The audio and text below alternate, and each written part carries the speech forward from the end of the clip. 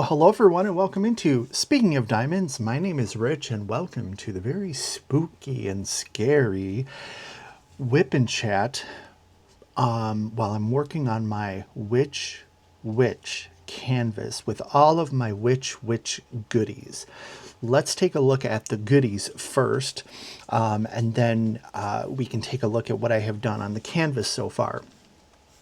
So first of all, I'll start over here on the side. I have my Witch 2025 tray from Firefly. These are my absolute favorite trays in the world. And I love everything seems to be green. Green seems to be the color of the event, with a couple of exceptions, but I have my tray. I'm gonna set that aside. Then I have my Witch 2025 Witch's Brew Scented Putty, and this is from Tracy's DP World. And also that I got, Tracy makes these, they're called lily pads because traditionally they had, or at the beginning, they had frogs at the top, but now they have little witch hats, and they come with these little, I don't know how they get them this way, but these are little sponges, and purple and a black one, and as soon as you get them wet they puff up, and the whole point of this is to help place ABs. And you put a little water on there, and then you tap your multi-placer or single placer onto the moist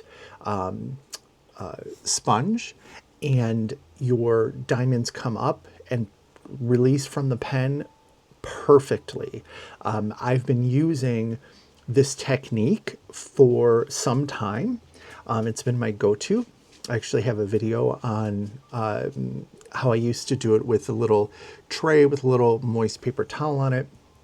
But when Tracy came up with these, I just had to have a little collection of these because they're such a fun idea. But the putty, as always, I know Tracy's putty always smells amazing. Let's see. Oh, that is like chocolate cherry. I'm getting a chocolate covered cherry with spice. Ooh, and look at, ooh, it's a scary bat. That's fun. Purple and green there. Green being the predominant color of the event stuff here, which is fun, this acid green color. So I'm going to set that aside. I'm going to set my lily pad over there. Then we have, let's see, this is just, I'm doing some enhancements to the photo, so I just keep my enhancements in my Dazzle deck from DP with Sparklers. That's not event specific, but I have it out just so you can see what I'm working with. So I'm going to move that back over here. And here's my notebook with the enhancements, the swaps that I'm making so far. So I'm going to go ahead and set this off to the side.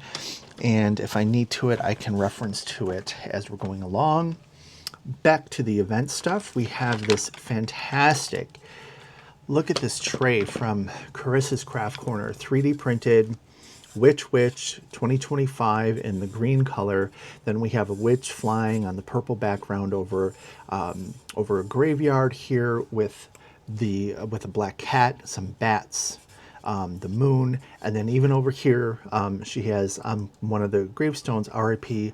Ozzy, which I thought was a really cool touch. And this actually glows under black light as well, so that's really fun.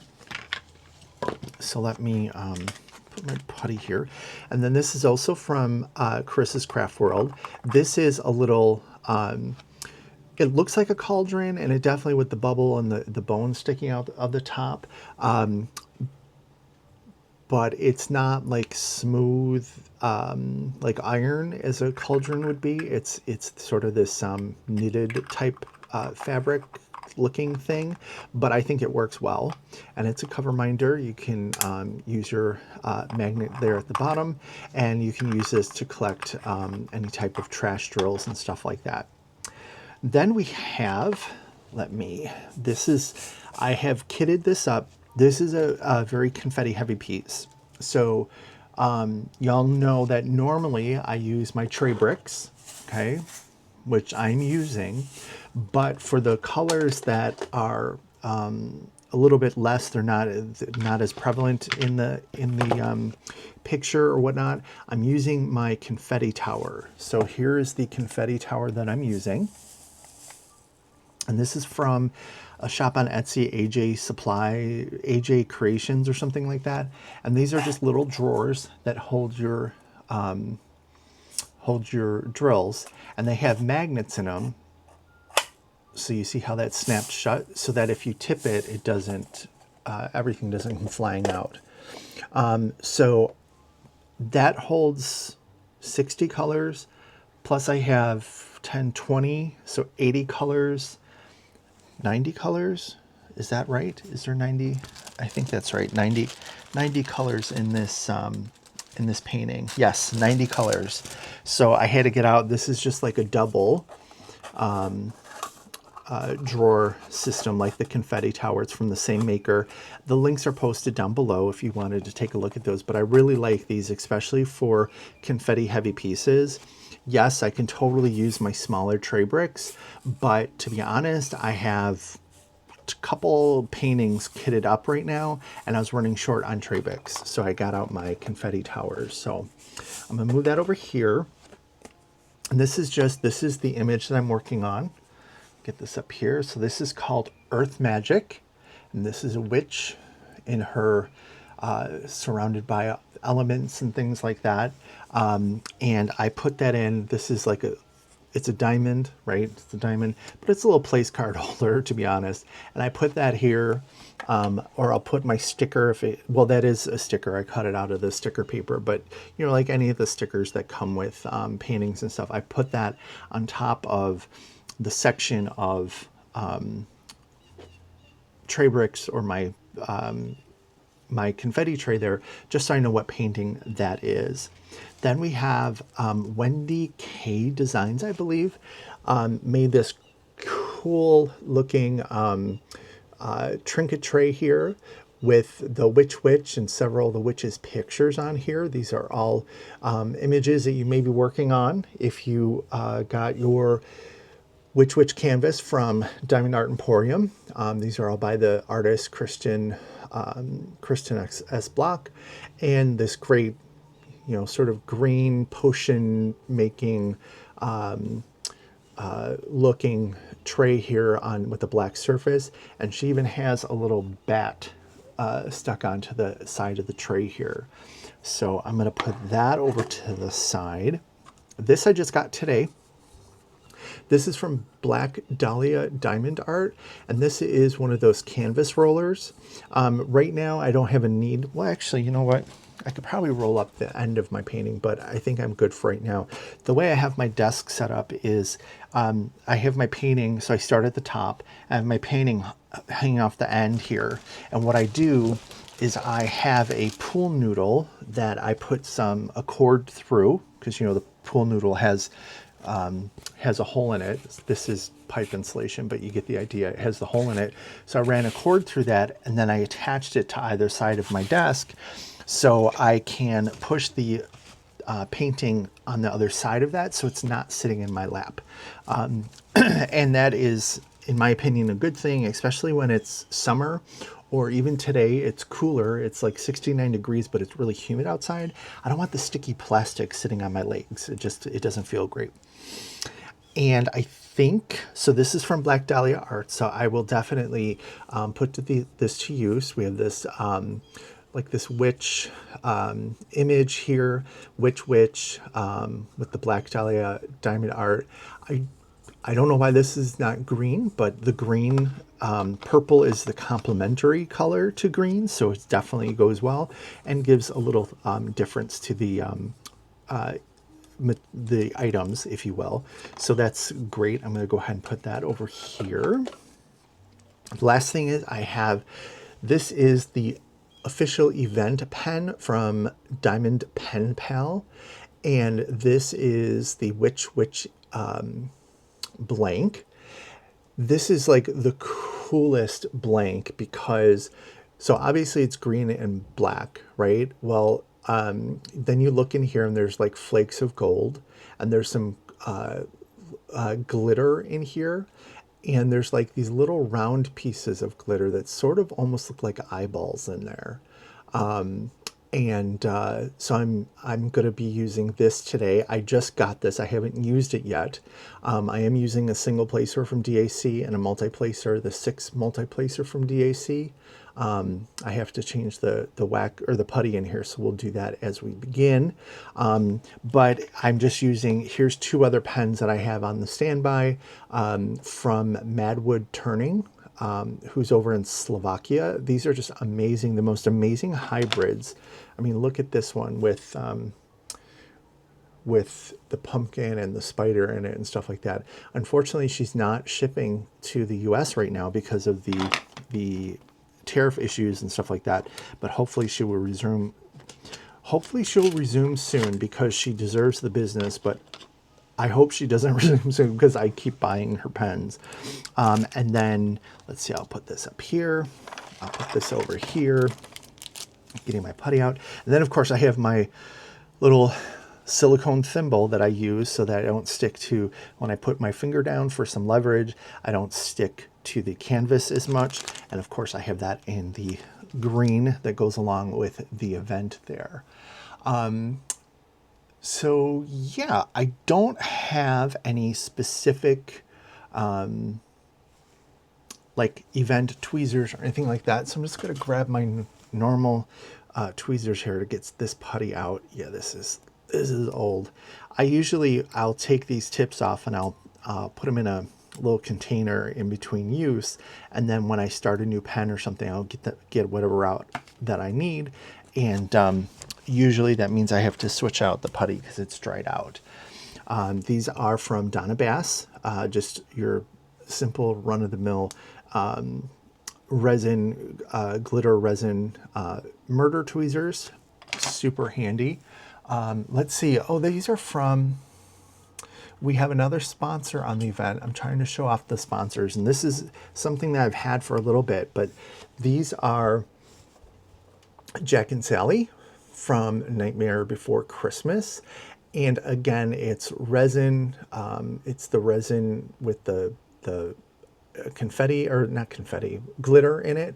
But we have Jack and we have Sally. And Jack is a pair of, this is black tipped tweezers. And now Sally is my putty remover tweezers. Now I'm going to tell you right now, go check out, these are from Susie's Creations. She's on Etsy. The link will be down below. But you want to check these out, because if you ever are in a situation where you get putty on your canvas, taking them out with any type of pointy tipped pliers like this, you know, it's like you're only getting a little bit of the putty at a time, or you're scraping it in one place and trying to get it. This, you simply take the bottom edge of the hook here and you put it against your canvas and you pinch, and it comes right off. You grab all of that putty. So fantastic. I'm constantly grabbing for these. So actually I'm going to put those down here as well. I'm going to put Jack back just so I don't have everything out here. And yeah, so let's get my pen ready here. So how's everybody doing? How are you enjoying the event so far? Here is what I've done of the canvas so far. I got the first row done. There's a lot of confetti in this piece, but I'm enjoying it. I did have to take a little bit of a break once I got done with this row. I was like, I need a little bit of a break, so I went back to a Star Wars piece that is quite the opposite. It's almost all color blocking. So I got that out of my system a little bit. I'm ready to return back to this. So let me get this putty out and start filling. The one bad thing about Tracy's putty is they're so stinking cute that I hate to like ruin it, but so be it. Oh, and my release papers, these are just happen to be like wizardy papers, not associated with the event, but I'm going to say they go with this painting amazing. But these are from Crafts with Crashly. And then this is the way that I track my paintings. I don't keep a logbook anymore. I just go ahead and Crashly has these. This is the yearly tracker, and what it is, you put the name of your image, the date that you started, the artist. There's a finish date, so when you're done, I just wrote on here which event for 2025. And then what I do is, let's see, I just come in and I mark the days, just like that I work on it. So I can see that right now, this one row took me 1, 2, 3, 4, 5, 6, 7 days, a full week to get through this. That's how heavy this confetti is. So I know I have plenty of time because the event started September 1st, but it goes through the end of October. I did start a little bit earlier just because I knew I had some other things going on. But this is a 50 by 65 canvas. It is square. So I know I have plenty of space of red available to meet the 40 by 40 requirement. So I'm not worried about that. There is a larger version of this canvas. The actual dimensions escape me at this moment. But I know that Berta got the larger version of this canvas. And normally I would have too, because I don't shy away from large canvases, and I do believe that larger typically gives you better detail and stuff like that. But I thought to myself, you know what? I want to see if the 50 by 65, since it's offered by Diamond Art Emporium, I wanted to see how it turns out, because one of the things that is a little pet peeve of mine is that when stores offer paintings in a size that really doesn't turn out well, I'm like, you should know better than that. Shame on you. And I know that Ren is a diamond painter and he understands, he gets it. So I'm expecting this to turn out well, but I'm gonna ask Berta if I can get a couple pictures of her canvas and we can compare the amount of detail and stuff like that. So I'm gonna go ahead and get ready to start here. All right, so let me go ahead and, so here, some of the substitutions I've been doing is, here I have some metallic and some crystal glitter drills in sort of the sun up here, I'm assuming is what it is. It would normally be an orange color. Then up here on the corners, I have some blue crystals, or I'm sorry, blue sparklers in here. And then even coming through here, I have some sparklers that I put in here, as well as, no, that blue came with it. They had to have come with it. So I have some varying shades of blue from a darker blue. I believe that one is metallic aqua. And then we have cloudless blue, which is this one that looks really silver here.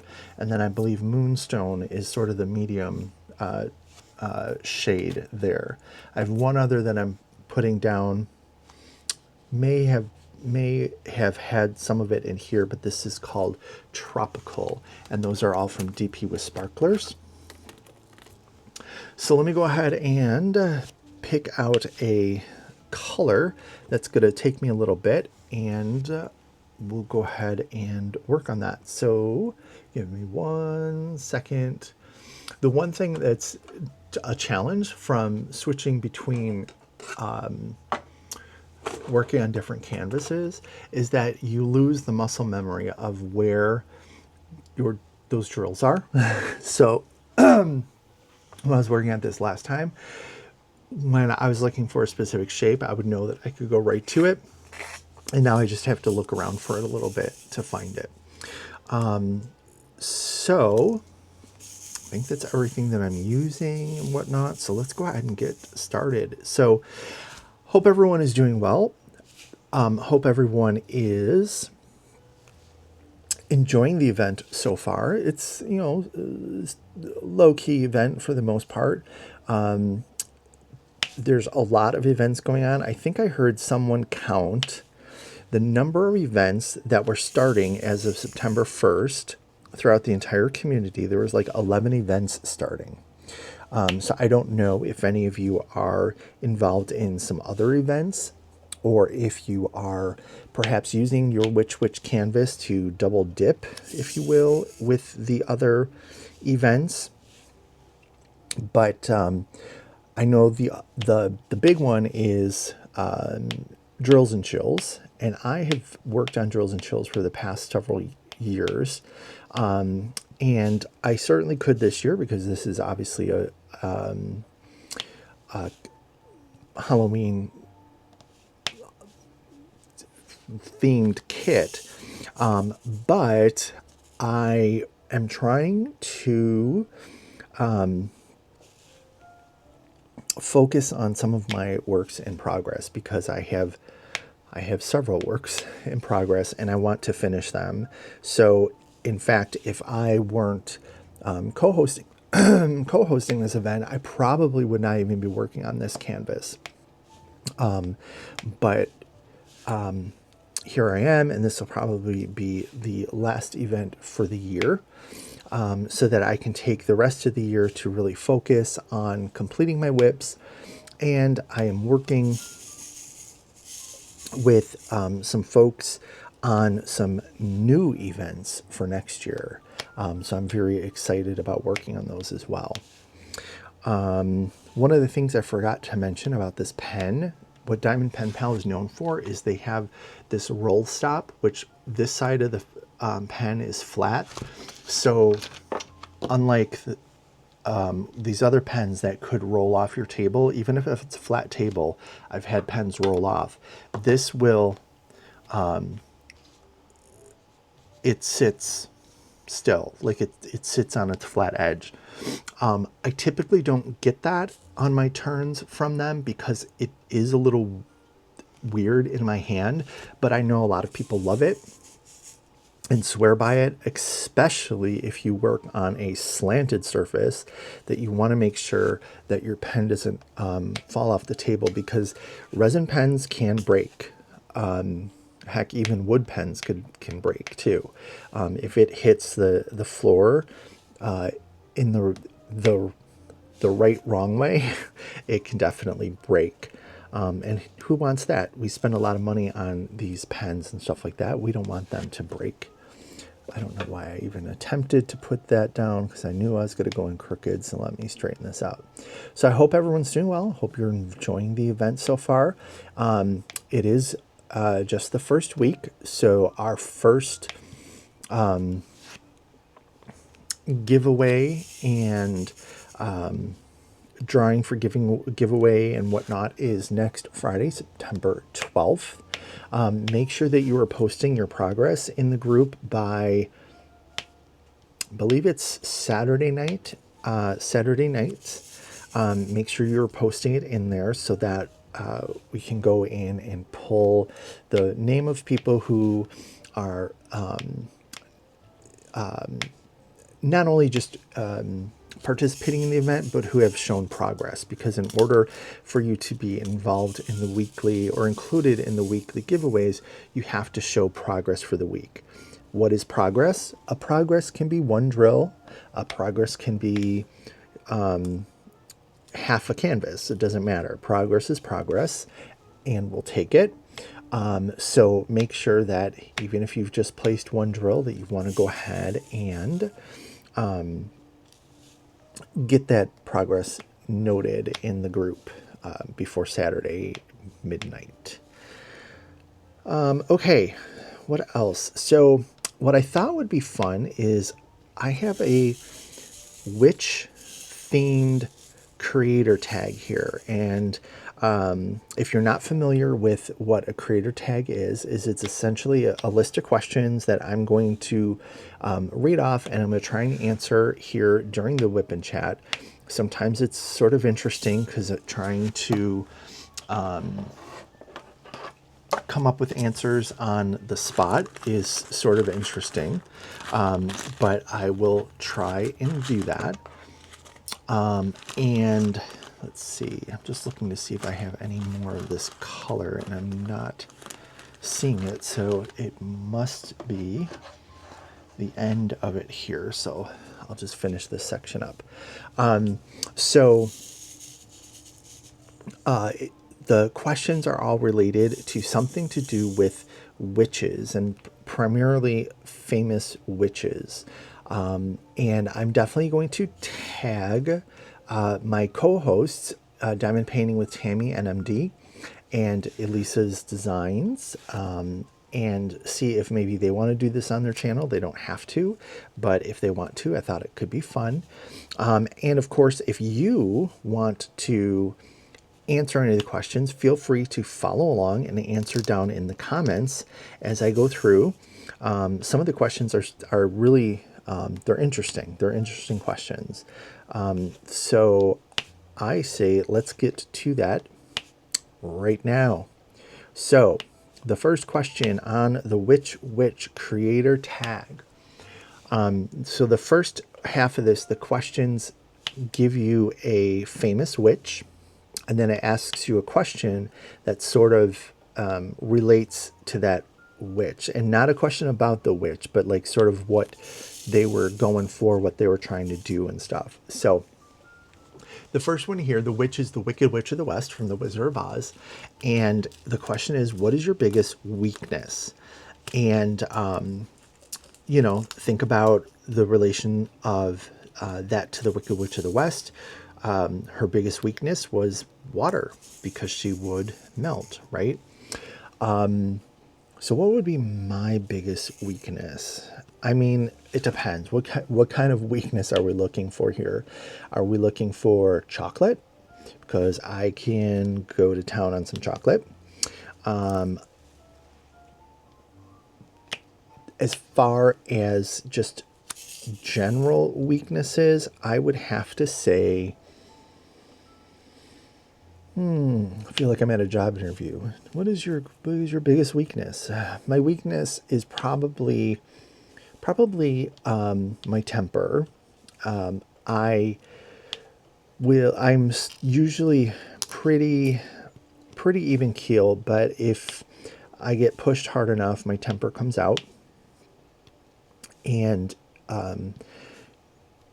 it doesn't go well from there for anybody involved.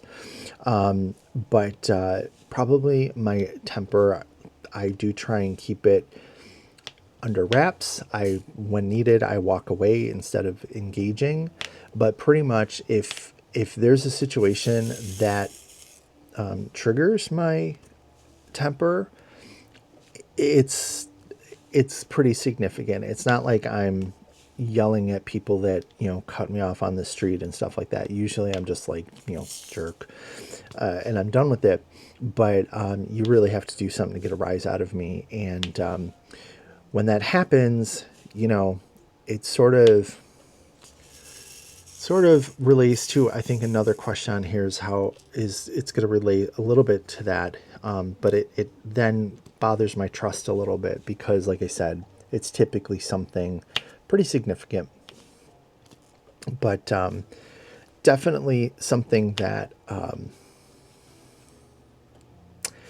has gotten better since I have been working from home full time. Because when I'm in a meeting or something, or people are driving me crazy with, you know, my favorite is when people send you an email, but then they send you an instant message saying, did you get my email? It's like, no, my computer's just not accepting emails anymore. Thank goodness that you decided to message me.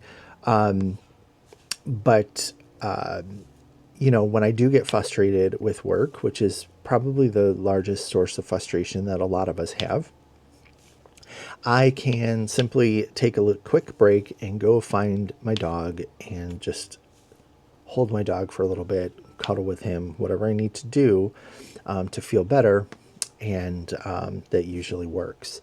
So definitely a benefit of working from home, and obviously having a dog, is you're able to unwind rather quickly, to de-escalate rather quickly.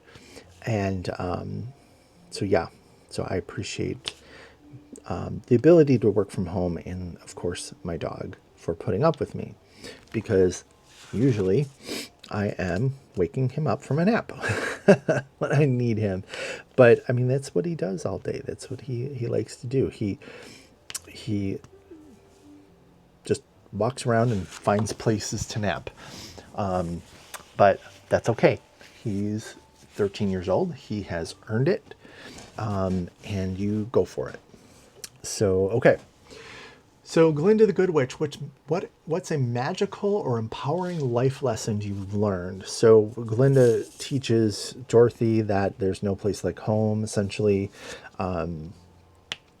which I know there's some controversy out there. It's like, was Glinda really sort of a jerk for not telling Dorothy that right away, and making her go through and do all of the stuff that she had to do? I find that sort of interesting because, I mean, it's sort of true, isn't it? That was sort of a jerk move. She could have been like, you want to go home? Here's what you need to do. But, you know, she needed her to kill the witch, I guess. So she took advantage of it. But anyway, so what's a magical or empowering life lesson you've learned?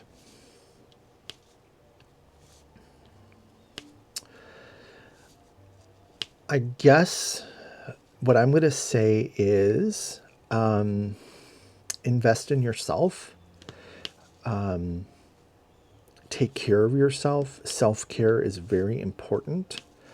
For a number of years, for most of my life actually, I didn't have the ability to practice a lot of self-care.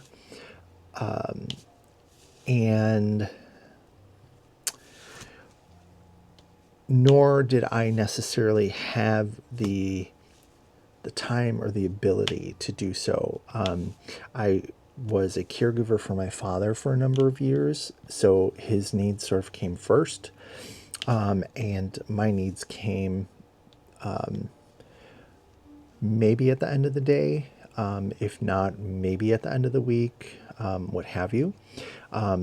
So invest in yourself, and even, you know, I'll go back to work a lot because I'm going to tell you, the whole working from home thing, the forced working from home thing, once the big C happened, really put work into perspective for me, because most of my life I was very career driven.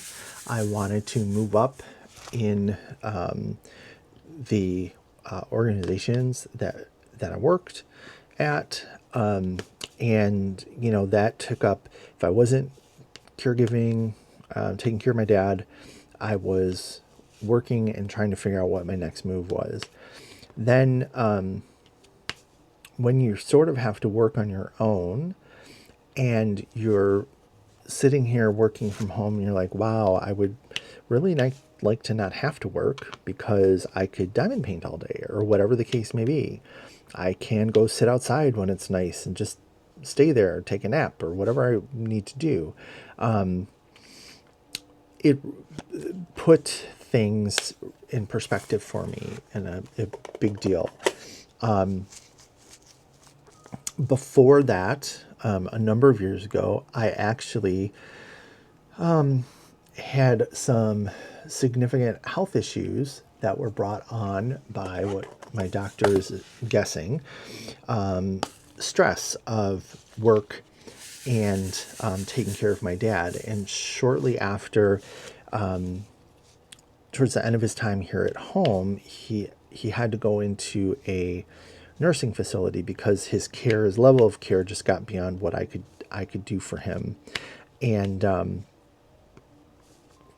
within a month or two of him going into the nursing facility, I ruptured my colon, and I had diverticulitis. That's what led to it. But like, ultimately, that was like the main reason. But my doctor said, she says, you know, that doesn't just happen. She goes, I think it's related to stress, because I had always talked to her about the level of stress that I was under. And she goes, your body is finally releasing, and unfortunately just, you know, released a little bit too much in that area. So I thought that was horribly interesting. So self-care is important.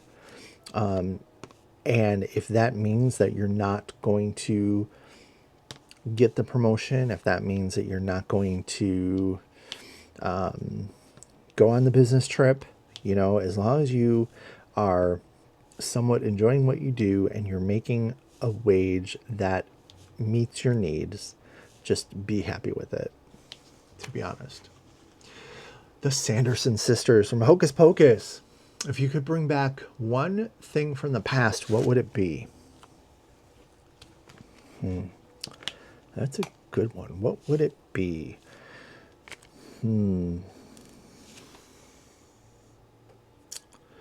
mean, I could go real sentimental and be like, bring back someone from the past who has passed on. But I think I'm going to go a slightly different direction. I think that I would bring back, I guess, would you say innocence? Like, adulting sucks, right? I want to go back to when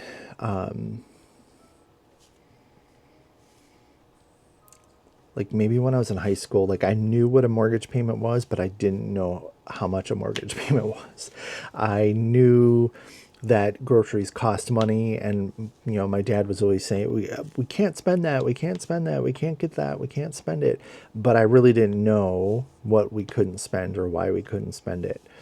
So I want to go back and just sort of be innocent of things. I was never really super into like the news and world events and things like that. I have since started to learn about them a little bit more, as far as like from when I was a kid, but also how we got to where we are today. That's always very interesting to me. But I sort of just want to go back to the time that my biggest concern was, what was I going to wear to school tomorrow? Yeah, I didn't finish that homework, but I can work on it before class. You know, if I get to school early, I can sit outside my locker and work on it, or whatever the case may be. Just miss the innocence of those days. So I'd like to bring that back.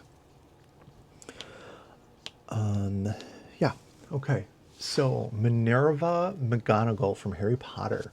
What is your favorite school subject or area of expertise? Well, when I was in school, I was never a great student, like in high school and stuff like that. And I think I know why now.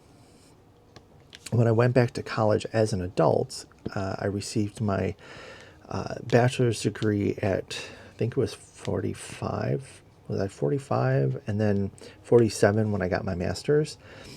Much better student, but a couple things had changed. Where am I going with this? A couple things had changed. Number one, I knew how much it was costing, and I was paying for it.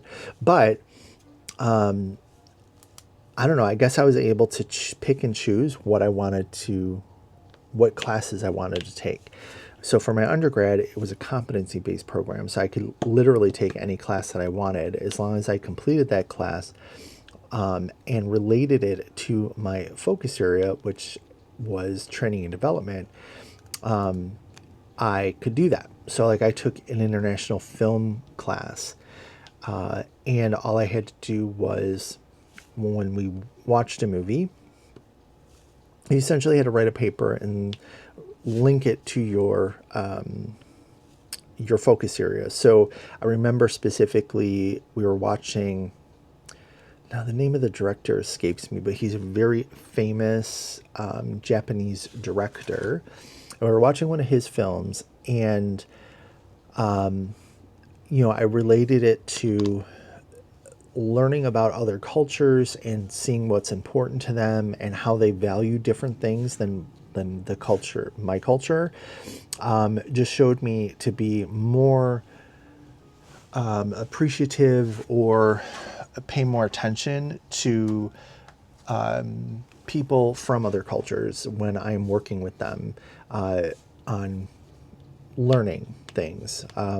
If they're not catching on really quick, is it because maybe they just culturally never have dealt with the topic that we're discussing, what have you? So that was sort of interesting. When I went for my master's degree for human resources, I was still a good student, but not as good because some of those courses were prescribed. You had to take them, like accounting. I had to take accounting. Ugh, just shoot me now. The weird thing is I took accounting in high school and I really enjoyed it, but I don't know, it was not as fun at the graduate level for sure. But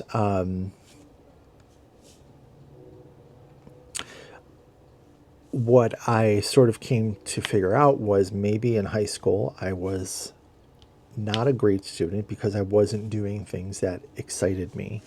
I was okay in English, but I was better in the literary English courses where you had to read books and talk about what was happening in books and where people were going and why people did things in books, because I enjoyed that. When it came to the language arts and learning to write and stuff like that, not as much. Like I did okay, but I'm just like, this is boring. I don't care where the quotes go inside or outside of the period and stuff like that. But oddly enough, I became very interested in that in my career, because part of what I do is I read reports and like written reports that we're trying to explain, my team is finding and whatnot. And it's very enjoyable to wordsmith things to make sure that you are clear and concise, not giving too much information, just giving enough, and avoiding any of the trigger topics, words, phrases, whatever that may set someone off. So yeah, I guess to answer that, I mean, in high school and stuff, I was a music and theater geek, so those were my favorite classes. Maybe chemistry. I did enjoy a good chemistry class, but that was about it. I didn't like a lot of other classes. I liked biology. I guess I did like some of the sciences, I guess so.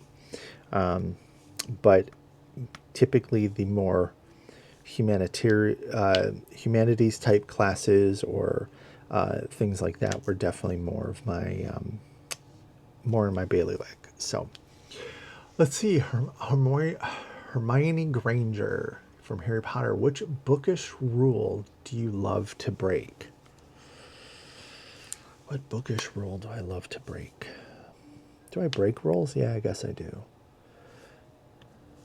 I mean,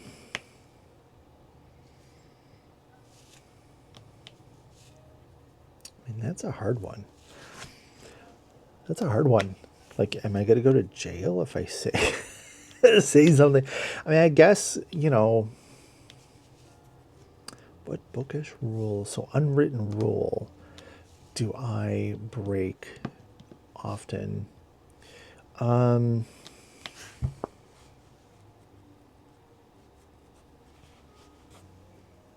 don't know. I don't know if there is one.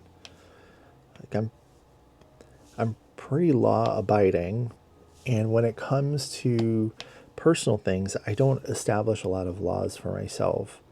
I know there are societal laws, and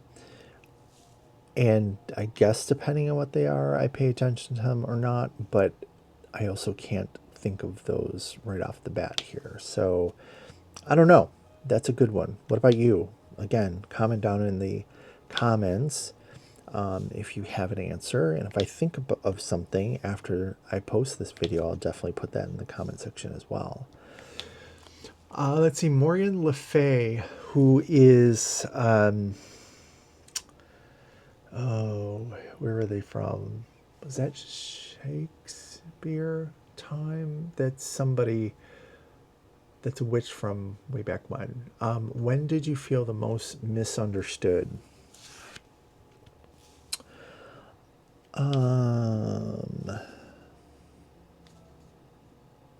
Probably, I'm going to say primarily when I was growing up, but even today, I feel misunderstood when it comes to people asking about or learning about my interests. So my dad was a truck driver for a number of years. He also was a mechanic for a number of years. He owned gas stations for a number of years. He did a lot of things that were very mechanical and very, mechanical, related to engines. You know, even as a truck driver, you have to know how to do things when you're stranded at the side of the road and whatnot. So he did not appreciate the fact that he had a son who liked to sing in the choir or act in the plays and stuff like that. And that was very challenging for me. And it really strained our relationship. Nowadays, even as a grown-up, you know, sometimes even explaining to people that you like to diamond paint, and they're like, what is diamond painting? And you tell them, and they're just like, seriously, you put bits of plastic on glue? Like, seriously? You know, sometimes that I feel is misunderstood, because I think, you know, especially like when I was growing up, you know, yeah, I was doing those things. Like I was singing and I was in plays and stuff like that. But I also have, well, first of all, fond memories, but it is still an education. You learn things about people, you learn things about the world by reading plays and performing plays and getting into the heads of characters, or even, you know, like I was, if I wasn't on stage, I was backstage doing something. And even that, you learned a ton of about whatever, you know, area in which you're working. So like if you're working props, you have to understand the era in which you're sourcing props for, what materials were in use at that point. You know, you can't, you know, put a,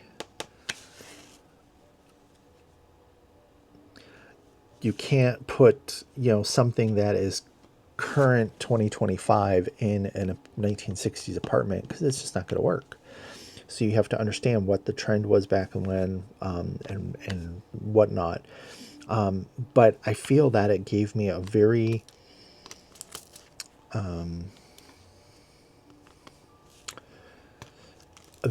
diverse education that I don't think I would have gotten on the football field or what have you.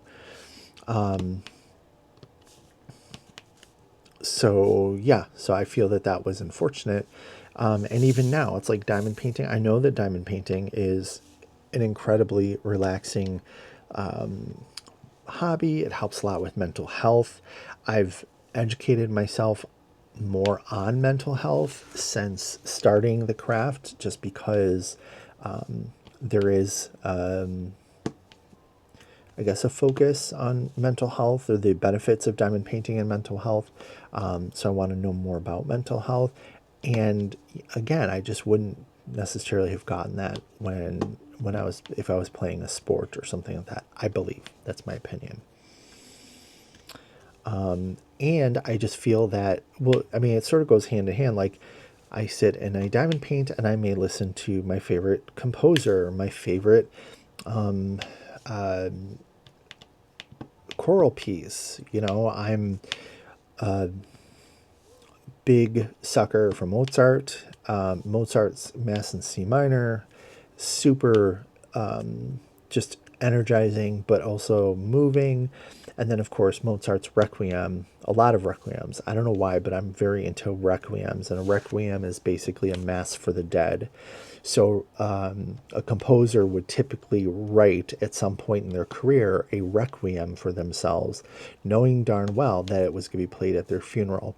And I find that so interesting. And some of the music is just so haunting, to be honest. So yeah, so I guess that's when I felt the most misunderstood.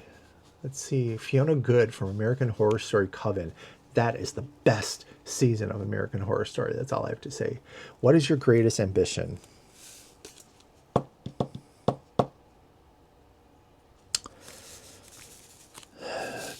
Again, going back to my earlier answer about professional life and sort of like it taking a very big back seat within the past couple of years, I think that answer has really changed. My greatest ambition is to be successful enough to retire comfortably, but I also want to be the best, I'm going to say dog dad, but also just the best advocate for animals, because animals are incredible and I feel an incredible attraction or connection with animals. And I want to defend them. I want to advocate for them. I want to do whatever I need to do to help animals. And you know, so maybe that's it. Is I want to be the biggest proponent for animals as I can be. Let's see. Let's move on to some bookish and media focused questions. So hop on your broomstick, and what is your favorite witchy setting from a book or movie?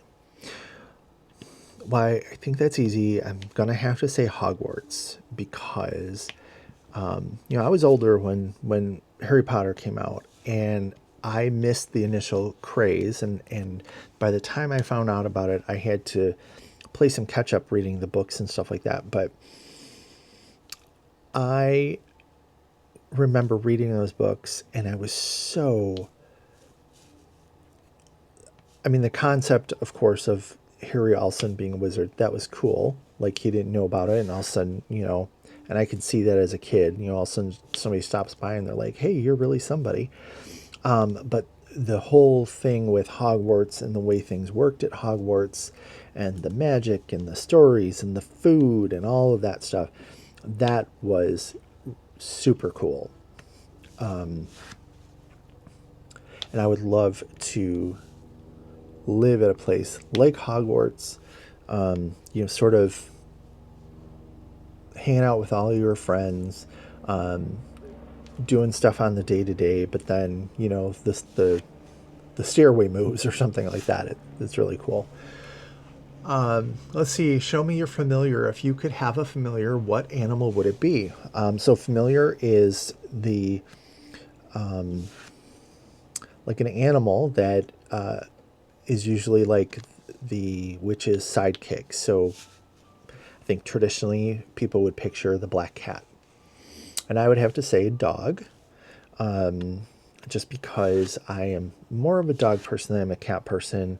Not because I don't like cats, but because I'm horribly allergic to cats. I'm also allergic to some dogs, like the short-haired, wiry-haired dogs. I'm very allergic to them, but the longer-haired dogs I'm pretty good with. Actually, I'm not allergic to whatsoever. So I would probably have to say dog. And although, I mean, if I had to choose, that would be one. But if one was chosen for me, I think I'd be okay with it. Because like I said, I just feel connectivity to a lot of different types of animals. Mix a potion. What are your favorite literary ingredients for a great story? And the examples they give here, tropes and themes. A great story. Well, I mean, the whole rags to riches type thing is great. You know, here like Harry Potter, he was just a boy, and then all of a sudden to find out that he's supposedly this great wizard, or potential great wizard, and then goes on to become that. That's cool. That is a little overplayed, though.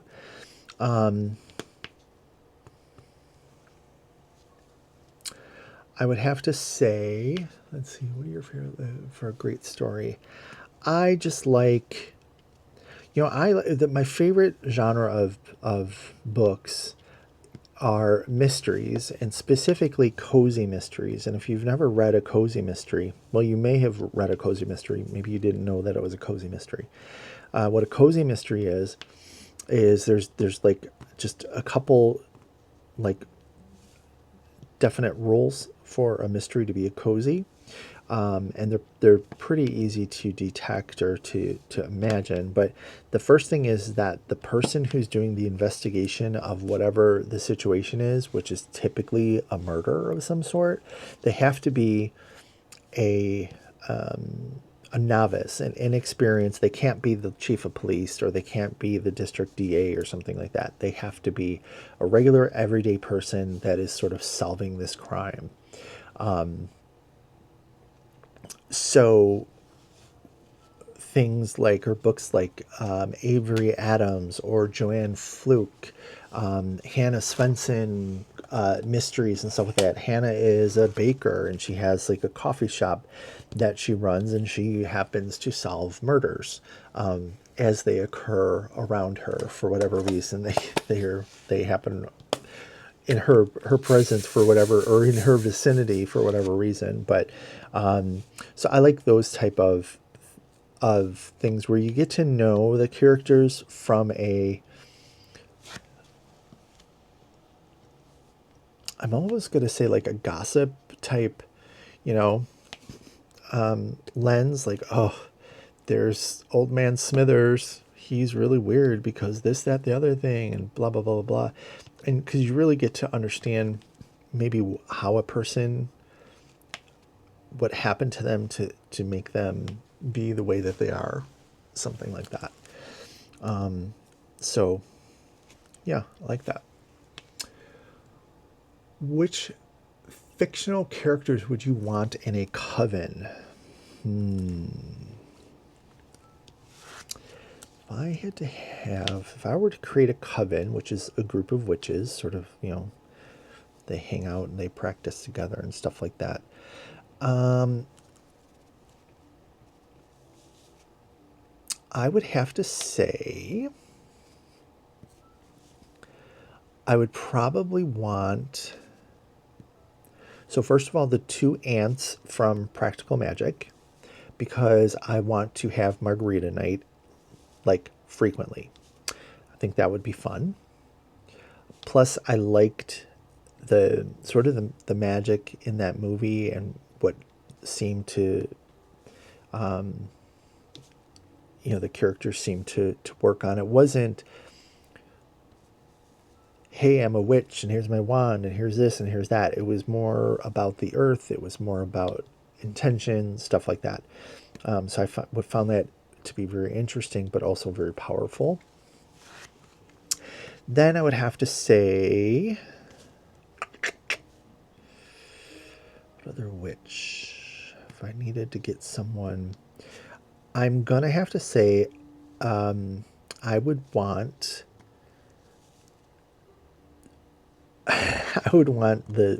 what's her character's name? I forget. Jessica Tandy in American Horror Stories. Her witch in the Coven. I would want her because she was again very powerful, but also very. I'm gonna say understated. Like her powers were understated. It wasn't like she wore them on her sleeve, but she was very powerful. Plus, I just sort of want to walk into a bunch of rooms and go, "What is this? Naughty Pine?" Like when she is like gets sent to, I don't know. I guess she gets sent to purgatory or hell or something with that musician dude. And what is this, Naughty Pine? Talking about the decor of the place or lack thereof. I think that would be fun. I guess I would also want to make sure I had someone very, very, like, those witches are very powerful, and I'm sure if I were a witch, I would be very powerful as well. But I would want to make sure that have someone that is also very powerful and very almost dangerous. So I would have to say, like, from the Marvel movie, the Scarlet Witch, super, super, super powerful. Super powerful. A little dangerous, though. Went a little crazy, did some bad things, but also did some good things. I would want to try and have to reel her in. So I'd like to have her, but I would also like to have Agatha from the TV show that the Scarlet Witch was on. What was that? Vision. That's her husband, Vision. What was the name of that show? I forget the name of the show. But just because she's hilarious and I could see, all right, so the ants are going to make the margaritas. Me, Jessica Tandy, and the chick from what's her name? Why did I just Agatha? Agatha all along. Agatha, we would be drinking the margaritas by the pitcher and laughing our asses off, and I think that would be just incredible. So yeah. So we're just at the hour mark. As you can see, I didn't get a lot done. Granted, I was talking, but again, this confetti is insane here. I haven't gotten to any areas that I had to do any enhancements. Just to show you how I work my enhancements is I put a little sticker, little dot sticker on any of the colors that I have an enhancement for. So I know to not pull this right away, to go to my, my list, to go to my rack of enhancements here and see what I'm swapping out. And if it's a, replace everything with this enhancement, I go ahead and do it. Or if it's just in certain areas, like some of the blue crystals and stuff are only in areas that it appears to be like water or turquoise or something like that. It's not everywhere in the canvas. So yeah, that's how I work that. But so this was fun. Hope you've had some fun going along with the Witch creator tag. I am going to tag my two co-hosts, like I said, Tammy and Elisa. Maybe some other creators will pick it up. If you have another favorite creator, because of course I am your favorite creator, but if you have a favorite creator, certainly I'll post it down below. You can go ahead and copy it and shoot it off to them and be like, hey, this was fun listening to the answers and stuff like that. So maybe they can do it on their channel. But other than that, I'm going to let you go. Everybody get back to work on your Witch canvases, or I'm sure you've been working along beside me here. But go ahead and work on those in good health. Let's look forward to, I'm assuming that since you're in this event, you like the fall season and stuff like that. And we're starting to get all the fall stuff, including the weather coming about. So I hope you are able to enjoy it. I'm sitting here, I'm diamond painting, but my window is open and I'm getting a nice breeze from outside. And it is absolutely beautiful to not have to have the air conditioning running all day long. So make sure that you give me a thumbs up if you liked this video. If I sat with you here for an hour and helped you, give you something to listen to as you're working, please make sure to give me that thumbs up. If you know of anybody who may like the type of videos that I do, please definitely share, subscribe, hit that notification bell so you know when I post a video. And as always, just remember that there is no right or wrong way to diamond paint. So you do you. And I will speak to you next time we are speaking of diamonds. Have a good one. Bye-bye.